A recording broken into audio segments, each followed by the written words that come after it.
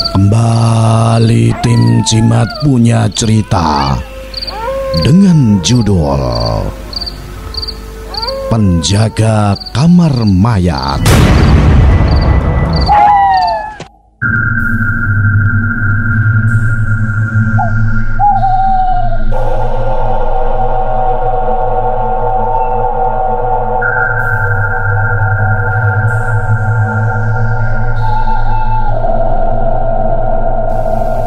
Sebut saja namanya Agus. Menjalani profesi yang tak biasa, yakni seorang portir sekaligus penjaga kamar mayat di Rumah Sakit Muhammad Hussein Palembang.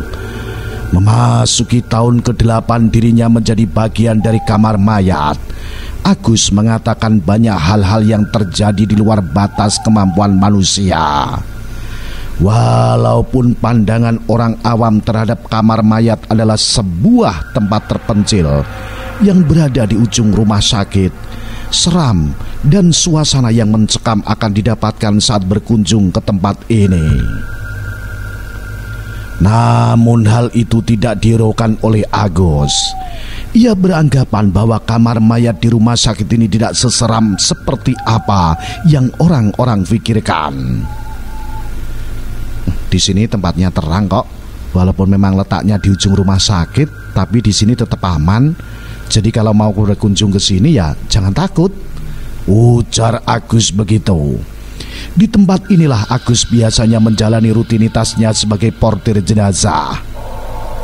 Sudah 8 tahun ia bekerja di sini, yang berarti ia sudah bergelut di pekerjaan ini pada tahun 2009 yang lalu.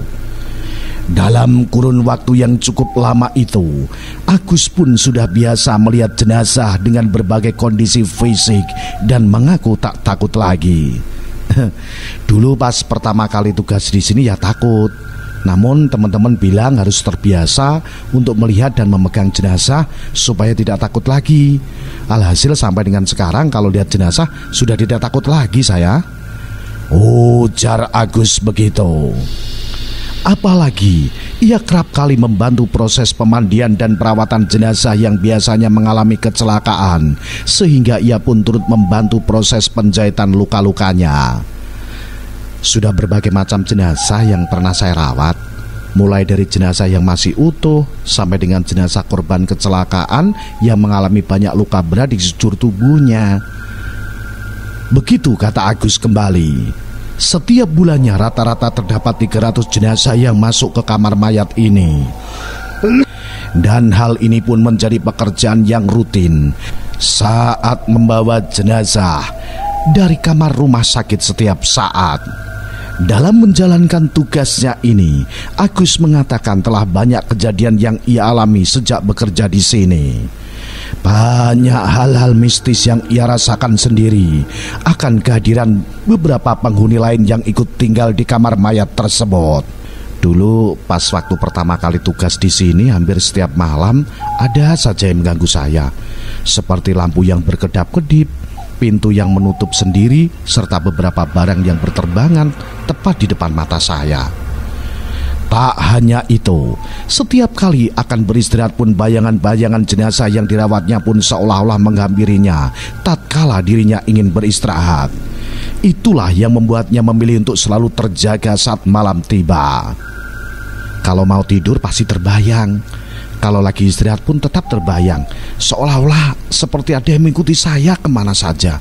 Oleh karena itu saya memilih untuk selalu terjaga setiap malamnya sampai pagi tiba.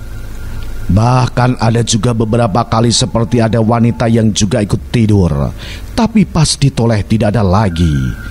Agus yang kala itu ikut dalam proses perawatan beberapa jenazah yang mengalami luka parah seperti korban kecelakaan. Ada juga beberapa bagian tubuh yang terpisah, organ dalam yang keluar dan lainnya. Setelah proses penjahitan selesai, terkadang ada beberapa jenazah yang mendatanginya. Waktu itu kan pernah ada jenazah yang mengalami kecelakaan parah yang diharuskan untuk dijahit agar wajah dan anggota tubuh lainnya tetap menyatu. Setelah proses penjahitan selesai, malamnya jenazah tersebut datang ke mimpi saya, bilang kalau masih ada darah yang keluar dari jahitan tersebut dan tidak menutup semua lukanya. Sontak Agus pun terbangun dan merasa kebingungan dengan apa yang telah ia lakukan pada saat proses penjahitan sebelumnya. Ia pun mengingat pesan jenazah tersebut untuk lebih berhati-hati lagi ke depannya dalam proses penjahitan dan perawatan jenazah. Ya, refleks bangun saja saya tuh, dan dapat pesan kalau ke depannya nanti harus lebih berhati-hati lagi saya. Malam itu ada 2 jenazah yang masuk untuk melakukan proses perawatan. Namun beberapa pihak keluarga pun lebih memilih untuk langsung membawanya ke rumah duka untuk disemayamkan di sana. Namun Agus bercerita pada waktu itu pernah ada jenazah tanpa identitas yang sempat ia rawat. Karena sudah hampir 2 minggu tak ada yang mengambil jenazah tersebut, pihak rumah sakit pun menguburkan mayat itu. Agus menjalani pekerjaan ini dengan senang hati dan ikhlas. Walaupun banyak tantangan yang dihadapinya, ia mengaku senang dengan pekerjaan ini karena mampu membantu sesama, terutama dalam hal perawatan jenazah. Cerita misteri ini ditulis oleh Panji Maulana. Salam Jimatres, salam satu misteri. Au.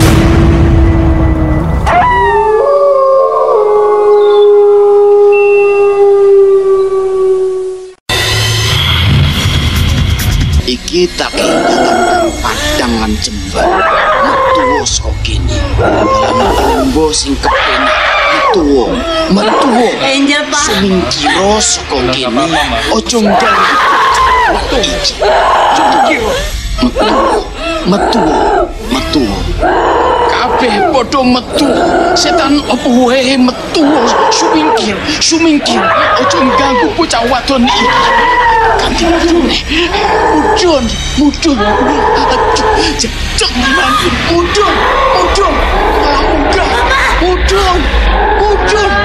coba montro orang sing manti mudun malah mabur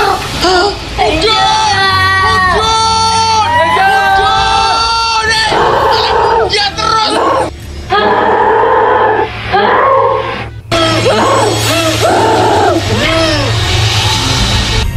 pada roh-roh gentayangan, datanglah roh-roh yang tersesat di sini jalanmu, datanglah.